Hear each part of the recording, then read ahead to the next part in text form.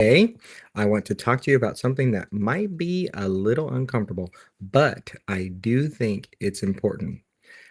Today, I want to talk about not when people outright reject God, but when they try to reshape him.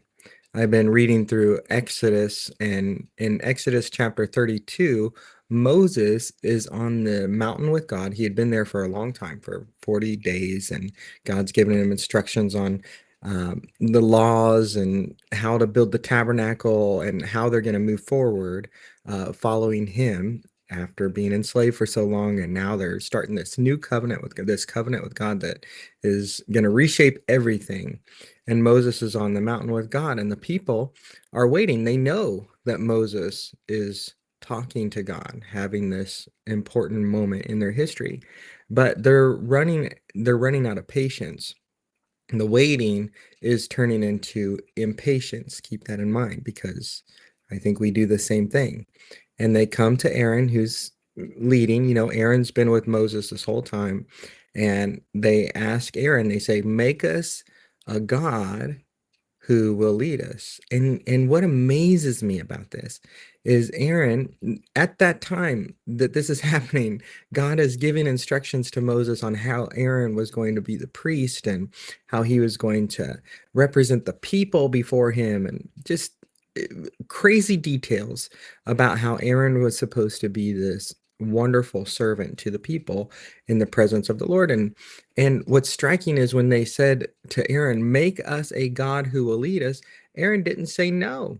He actually said, take the gold out of your ears and bring it to me, and we'll form this calf. And then he says something, the verse for today, Exodus 32, verse 5, he says, tomorrow there will be a festival to honor the Lord. Now, what I've always missed, and for some reason I missed this, and today I didn't. The name to honor the Lord, he uses the name, the holy name Yahweh. And so what that tells us is he's not talking about that calf, okay? That was an idol, and it was wrong for them to build that thing and to worship it, but they were worshiping it in the name of the Lord. So this isn't a clean break from God. It's something that's way more subtle. They are trying to worship God, but in a way that feels visible, controllable, immediate, met their needs. They were trying to take the holy and make it familiar, something they could relate to. They take the unseen God, the God that they knew that Moses was meeting with, and turn him into something that they can manage. And Aaron, who's being called, who's been set apart by God to be the priest called to lead, allows this pressure. He allows this pressure from the people to redefine the moment, this holy moment. And it's just crazy to me that he gave in. And I got to thinking about that. And I thought, where am I tempted to reshape God instead of surrender to him? This is so important for us to see, because if we don't wake up, I mean, we don't always wake up and decide to reject God. That's not how it happens.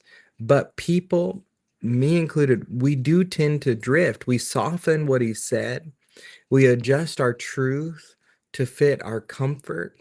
We respond to pressure instead of standing with conviction. Sometimes we want God, but we want him on our terms. And we want a version of him that doesn't confront, doesn't require surrender, doesn't challenge us to live in a holy way. But the moment we reshape God, we lose the very thing that we're trying to hold on to, because God does not conform. He does not conform to us. We are transformed by him. And there's something so sobering here. Aaron didn't fall, he didn't make the mistake because he didn't know God. He fell because he responded to the crowd more than to God. You see, he knew God, but the pressure made him reshape his relationship with God. And I just think that's so important for us to think about in our life and make sure that we're worshiping God in the way that he's called us to, and surrender and humility, asking him to reform, reshape our mind, renew our heart. And so the way I would pray today, I'd say, Lord, keep my heart anchored in you, anchored in truth. Guard me, oh God, from the subtle ways that I try to reshape you instead of surrender to you. Give me courage to follow you in truth fully when it's even uncomfortable, or we feel the pressure to reshape you into what the world wants. Lord, I just need you more. Oh, and he is faithful. Thank you, Lord, for being so good, that his word is alive, that we have the opportunity to read it, to be transformed by it. I hope today is a good day for you. Tomorrow is a beautiful opportunity to worship the Lord together. We're not coming to an event.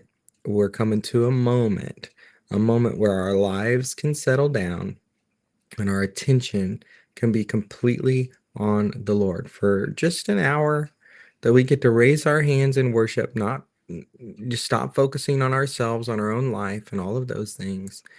Stop trying to reshape God and start just worshiping him in spirit and truth. And we get to do that together. What a joy that is. I love that, because that's what heaven is. That's what heaven is. We're going to be together worshiping God for eternity. So let's start tomorrow. Let's do a dry run together in church tomorrow. I feel like the Lord has given me a message for tomorrow out of Isaiah chapter 40, and I think it's going to encourage you. It's really, it is meant to be an encouraging message. It's not your typical Palm Sunday message. I know that, but that's okay. The Lord leads us and guides us, and He is truly faithful to speak as we need to hear. So God bless you today. I hope you have a good one. It's going to be a little chilly, but that's okay. It's hoodie weather. We love that. I love that. And coffee weather. I'm ready to drink the rest of my coffee here. Cappuccino. God